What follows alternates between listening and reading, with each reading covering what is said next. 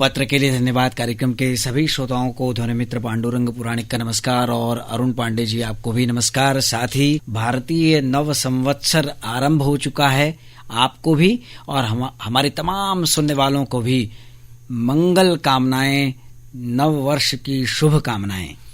तो पांडुरंग जी आपको नमस्कार, श्रोताओं को भी नमस्कार और नव संवत्सर की आपकी ही तरह हमारी ओर से भी और पूरे आकाशवाणी परिवार की ओर से भी हमारे श्रोताओं को बहुत सारी शुभकामनाएं, मंगल कामनाएं।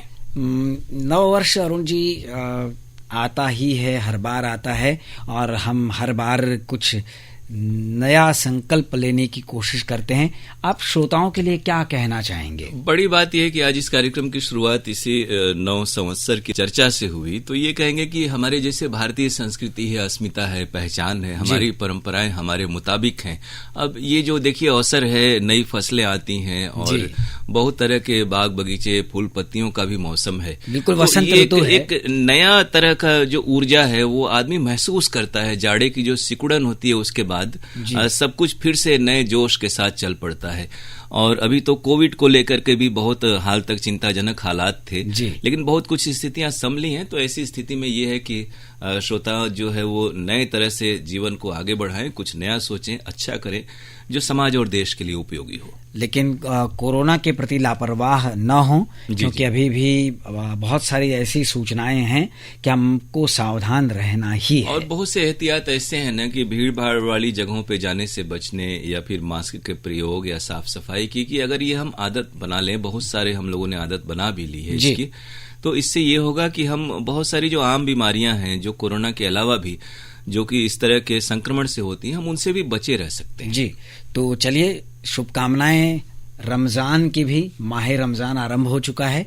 बहुत सारी मनोकामना पूरी हो हमारे श्रोताओं की, हम सब की।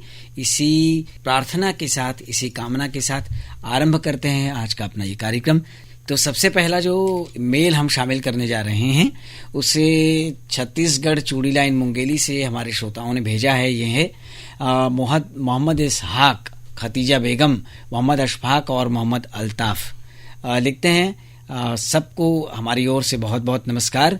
आकाशवाणी वाराणसी से 18 मार्च को जो आपकी पसंद कार्यक्रम हुआ था, होली का अवसर भी था, शबे बारात भी थी और फिल्मी गीतों की बरसात भी थी।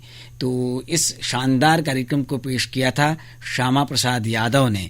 तो उनकी बेहतरीन आवाज़ में हम लोगों को कार्यक्रम सुनने को मिला था। बहुत अच्छे अच्छे गाने भी पेश किए गए थे।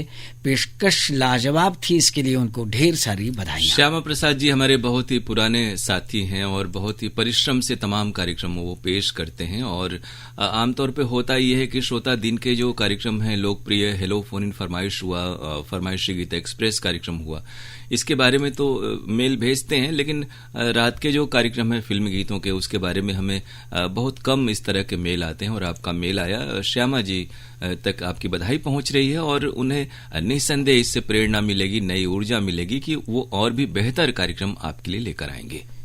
अगला मेल जो हमें भेजा है वो हैं अरुण कुमार मालवीय, बड़ी गैबी चौराहा वाराणसी से इन्होंने भेजा है।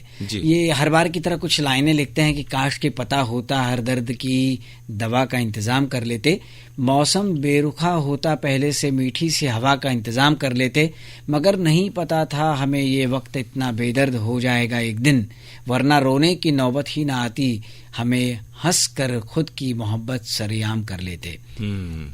इन्होंने आगे लिखा है कि इतना तो हमें पता है कि मेरे ईमेल आप दोनों लोग पढ़ रहे होंगे, शामिल भी कर रहे होंगे और इस बार भी आप ज़रूर शामिल करेंगे, मगर मैं सुन नहीं पा रहा हूँ। हमारे दिल की जो धड़कनें हैं वो आप तक पहुँच रही हैं और आपकी आवाज़ हमारे मित्र राजकिशोर चौहान जी के माध्यम से और शंकर कमती जी के माध्यम से हमें सूचना मिल जा रही है। PKLD कार्यक्रम YouTube पर भी चलता है, ऐसा हमें पता चला, लेकिन जब सर्च किया और पता किया तो काफ़ी पुराना PKLD था। आप लोग जो नए इस कार्यक्रम के एपिसोड करते हैं उन्हें भी YouTube में भेज दें तो हम उससे परिवार के सदस्यों से कहकर वो प्रोग्राम सुन लेंगे। और किस दिन आता है ये तो हमें पता ही है, थोड़ी फुर्सत जब हमें मिलती है तब हम अपनी सुविधा से ये कार्यक्रम सुन बिल्कुल सकते ये हम लोग करते हैं। आशुतोष जी हमारे यहाँ हैं जो सोशल मीडिया देखते हैं, तमाम कार्यक्रमों डालते हैं, और पत्र के लिए धन्यवाद कार्यक्रम भी कई दफे उन्होंने यूट्यूब पे डाला है। तो हम आग्रह करेंगे कि आप जैसे श्रोताओं के लिए बहुत ही अच्छा होगा जब भी आपको वक्त निकले, आप या आपके परिचित के जरिए आप ये प्रोग्राम सुन सकते हैं। आपके जहां तक मर्ज की बात है, हम उम्मीद करते हैं, अब भी यकीन है, आप भी यकीन रखें कि सकारात्मकता में ही जीवन की संचेतना छुपी होती है। तो उम्मीद करते हैं कि आपका उपचार चल रहा है और आप शीघ्र स्वस्थ होंगे। श्रोताओं में आपसी मेलजोल है, सहभागिता, संवेदना है। आप देखें कि राजकिशोर जी का भी इलाज अभी हाल में उन्होंने एक भेजा था मेल वहां से, वेलूर से। तो जीवन का एक अंग है, कुछ न कुछ होता रहता है, लेकिन हमें उसमें हिम्मत नहीं हारनी चाहिए और उम्मीद और चिकित्सा पर जो है विश्वास रखना चाहिए। आप शीघ्र स्वस्थ हों और पहले की तरह सुचारू रूप से हमारे कार्यक्रम सुन सकें। और हम आपकी जहां तक ये फरमाइश है कि ये कार्यक्रम भी यूट्यूब पे डाला जाए, ये हम आशुतोष जी तक ये बात पहुंचा देते हैं और उम्मीद करते हैं कि आपको ये कार्यक्रम भी नियमित रूप से हमारे चैनल पर मिलेगा। ये मेल हमारे पास भेजा है शिवपुर वाराणसी के हमारे श्रोता असगर अली जी ने। जी, ये लिखते हैं कि दोनों को हमारी ओर से सादर नमस्कार। इस बार ये अच्छा है कि इन्होंने देवनागरी में लिखा है। बिल्कुल बिल्कुल, बहुत बार इनके नाम भी आते हैं जो नाम थोड़े स्पष्ट नहीं हो पाते हैं, तो हमने कहा था कि तो हिंदी में लिखें, आजकल तो नेट पे तमाम सहूलियत उपलब्ध है। जी, तो हमारी बात पर इन्होंने गौर किया है, हम दोनों इनको धन्यवाद दे देते हैं जी। और ये लिखते हैं कि विज्ञापन के बाद जो कार्यक्रम आजकल प्रसारित हो रहा है उसमें कुछ कार्यक्रम तो बहुत अच्छे होते हैं और ज्ञानवर्धक भी होते हैं, लेकिन कुछ कार्यक्रम बहुत मजा नहीं देते हैं, बोर करने वाले होते हैं। आप पत्र के लिए धन्यवाद। कार्यक्रम में आपके पास 15 मिनट ही हैं, जिसमें मुश्किल से 2-3 ईमेल आप शामिल कर पाते हैं, बाकी को उठाकर आप अगले हफ्ते के लिए सुरक्षित रख देते हैं। अगले हफ्ते फिर वही होता है, फिर वही समस्या, समय की कमी। और मेरा सजेशन है कि इस कार्यक्रम को या तो हफ्ते में 2 बार कर दें या फिर इसकी अवधि 30 मिनट रख दें। बिल्कुल, हमें लगता है कि ये फिर आप कहेंगे कि आप बोर होने लगे, क्योंकि बहुत ज्यादा ऐसे नहीं कि 30-40 श्रोता हैं जो हमें मेल भेजते हैं। कुछ ही लोग हैं जो मेल में तफसील से बातें लिखते हैं और 3-4 नहीं, मुझे लगता है कि 7-8 करीब मेल तो शामिल हो जाते हैं, क्योंकि हम कोशिश करते हैं कि बहुत संक्षेप में बातें कही जाएं और अवधि बढ़ाना फिलहाल संभव नहीं है। और हमें लग रहा है कि बहुत पहले से ये तमाम केंद्रों पर परंपरा रही है, जहां तक मेरी जानकारी है, कि 15 मिनट के ही पत्रोत्तर या फिर मेल वाले प्रोग्राम होते हैं जिसमें की बातें पूरी हो जाती हैं। जी, आगे ये लिखते हैं कि हेलो फोन इन फरमाइश कार्यक्रम का प्रसारण 2 दिन हो गया है, बहुत अच्छी बात है। इस कार्यक्रम में रिकॉर्डिंग का समय तो आप बढ़ा नहीं सकते। 2 दिन ही आप प्रसारण करते हैं, 1 दिन रिकॉर्डिंग करते हैं, लेकिन अगर आप इसको रिकॉर्डिंग का समय भी 2 दिन कर दें तो ज्यादा श्रोता शामिल हो सकेंगे। नहीं, लेकिन जो गीत की संख्या है और जो बातचीत की अवधि है उसमें तालमेल बैठाए रखना होता है। हम लोग 12-14 श्रोताओं से बातें करते हैं और उनकी जो फरमाइश होती है वो 1-1 घंटे 2 दिन प्रसारित कर रहे हैं। अगर हम रिकॉर्डिंग बढ़ाएंगे तो हमें फिर उसके प्रसारण के लिए भी स्थान ढूंढना पड़ेगा। इन्होंने आगे लिखा है कि इसी कार्यक्रम में बहुत सारे श्रोता ऐसे हैं जो 8 मिनट 9 मिनट तक बातचीत करते हैं। जी, और इन बहुत सारे श्रोताओं में असगर जी भी हैं, ये भी मानना पड़ेगा। जी, और इसमें क्या होता है कि कई बार ज्यादा बोलने पर और बार बार पूछने पर कि भी आप कौन सा गाना सुनना चाहते हैं, लोग नहीं बताते नहीं और अपनी बातचीत को जारी रखते हैं, तो ये दूसरे श्रोताओं का भी समय नष्ट होता तो है। ये हम लोग भी कह रहे हैं कि हमारी कोई मंशा नहीं होती कि हम 10 मिनट बातें करें, लेकिन ये आपने सही कहा कि बहुत बार लंबे लंबे वाकये या तमाम लोग हैं जो बात खत्म ही नहीं करते, वो कहते हैं एक बात कहना चाहते हैं और वो कोई बात होती भी नहीं है।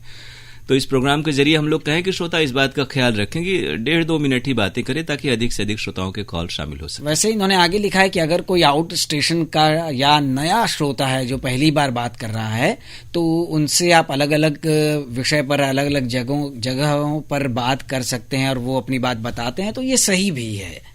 लंबी बात बहुत ये देखिए, बाहर वाले श्रोता बहुत लंबी बात नहीं करते, ये भी आप समझेंगे, क्योंकि उन्हें तमाम केंद्रों से वो जुड़े रहते हैं और वो जानते हैं कि बातचीत बहुत ही संक्षेप में करनी है। हमारे जो नियमित श्रोता हैं, पुराने हैं, जो बहुत ही फेमिलियर हो चुके हैं कार्यक्रम से, जी, उन्हीं के साथ ये दिक्कत आती होगी। आप भी असगर जी ये बात महसूस करते होंगे। इस कार्यक्रम का समय रविवार को 1 घंटा रहता है, उसमें मुश्किल से 4-5 श्रोताओं के ही गाने शामिल हो पाते हैं और बाकी की बातचीत होती है।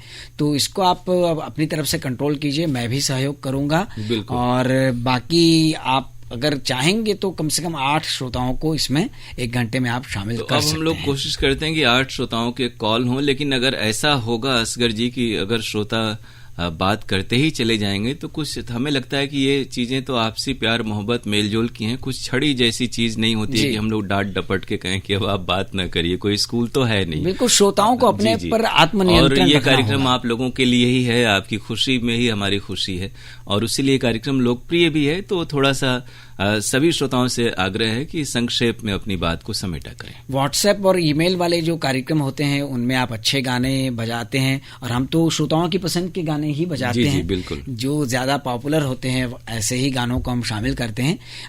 मंगलवार को पांडुरंग जी ने इस कार्यक्रम में बहुत अच्छे अच्छे गाने बजाए थे, इसके लिए बहुत बहुत शुक्रिया। अंत में यही कहूंगा फिर एक बार कि अनावश्यक बातचीत को थोड़ा सा आप रोकें, श्रोता भी अपनी तरफ से इस पर ध्यान दें और अधिक से अधिक श्रोता इससे भाग ले सकेंगे और कार्यक्रम रोचक हो सकेगा। अंत में मैं अपनी बात रोकते हुए बस सबको धन्यवाद देता हूं। जी बिल्कुल, आपका मार्गदर्शन हम लोग इसको क्रियान्वित करने का प्रयास करेंगे और हम भी चाहेंगे कि कम से कम बात हो। आप ये जानिए असगर जी कि इससे हम लोगों का परिश्रम बहुत बच जाएगा, क्योंकि एडिटिंग करने में लंबी लंबी बातचीत में बहुत वक्त लगता है, तो हमारी ओर से भी मेहनत अधिक लगती है। और अगर सिर्फ ये बात हो कि 1-1.5 मिनट ही बात हो तो हमें परिश्रम कम करना होगा, गाने अधिक बजाने होंगे, तो वो आसानी हमारे लिए भी होगी। तो हम खुद भी चाहते हैं कि श्रोता 2 मिनट के अंदर अपनी बातें समेट लें और देखिए अगले कार्यक्रमों से अगर ऐसा कुछ हो पाता है तो बहुत अच्छा होगा। तो इनको धन्यवाद देते हैं, आगे बढ़ते हैं। वेल्लोर तमिलनाडु से गढ़नोखा लालगंज बिहार के हमारे श्रोता लिखते हैं, ये है राजकिशोर चौहान, बड़क चौहान। क्या तन और क्या मन, तन मन है जिंदगी के दर्पण। 7 मार्च को कृषि जगत कार्यक्रम में डॉक्टर के सिंह से दिनेश भैया जी की बातचीत अच्छी लगी। हार्निया बीमारी कारण लक्षण उपचार पर थी ये बात। 12 मार्च को अंगनैया में डॉक्टर अंजना सक्सेना से सरस्वती गुप्ता की जो बातचीत हुई थी वो बातचीत भी हमें बहुत अच्छी लगी। संतुलित आहार से जुड़ी ये बातचीत थी। 13 मार्च को आज द्वारह में श्याम मोहन अस्थाना की लिखी झलकी टेलीफोन का चक्कर, ये भी हमें बहुत अच्छी लगी। प्रस्तुति राजेश कुमार गौतम की थी। सभी कलाकारों का अभिनय भी बहुत अच्छा लगा। 14 मार्च को कृषि जगत में डॉक्टर प्रकाश चंद्रा से दिनेश जी की बातचीत, बच्चों में स्वास्थ्य संबंधी विभिन्न बीमारियों से कैसे बचाव करें। 15 मार्च को कृषि जगत में वाराणसी के अधिवक्ता अशोक कुमार श्रीवास्तव से बातचीत हुई थी उपभोक्ता संरक्षण अधिनियम के बारे में। 20 मार्च को आज इतवार में अशोक कुमार की लिखी नाटिका कुछ कही कुछ अनकही, प्रस्तुति किशोर कुमार की थी, ये भी अच्छी लगी। 25 मार्च को कृष्ण कुमार की लिखी नाटिका अनचाहे दुख, ये भी हमें बहुत अच्छी लगी और ये मजाकिया थी, वो अच्छा संदेश दे गई। हमने इस नाटक को वेल्लोर तमिलनाडु में मोबाइल से सुना। सभी कलाकारों को ढेर सारी बधाई और धन्यवाद। तो हम तो आपके शीघ्र स्वास्थ्य लाभ की कामना करते हैं और ये ऐप का ज़माना है, इंटरनेट और तकनीक की ये सहूलियत है कि आप वेलूर जब जाते हैं और वहाँ भी हमारे कार्यक्रमों से जुड़े रहते हैं। हालांकि आपकी अपनी व्यस्तताएं होती होंगी, तो हम बहुत ही आपके प्रति आभारी हैं। और अब तो आप लौट भी आए हैं, आपके पिछले प्रोग्राम में आपका ऐसा संदेश भी आया था, तो उम्मीद करते हैं आप पूर्णतः स्वस्थ रहेंगे। और आपने जो तमाम कार्यक्रमों की तारीफ की उसकी बधाई प्रस्तुताओं तक पहुंच रही है और आपके अगले मेल का हम इंतजार करेंगे। इस मेल के लिए शुक्रिया आपका। अरुण जी, हमारे पास कुछ और ईमेल हैं। इनमें अनिल गुप्ता जी का है, ओम प्रकाश मसीहा, सुरेश जायसवाल जी, इन सब का ईमेल हमारे पास है जिसको हम संभाल कर रख रहे हैं, जैसा असगर जी ने कहा था। तो अगले कार्यक्रम में इन सबको हम शामिल करेंगे। और अभी फिलहाल श्रोताओं से विदा लेने का वक्त है। जल्दी से हम बता देते हैं कि आप हमारा ईमेल नोट कर लें, pkldair@gmail.com। तो नवरात्र की, नववर्ष की और माह रमजान की ढेर सारी मुबारकबाद और शुभकामनाएं। तो अब विदा लेते हैं। नमस्कार।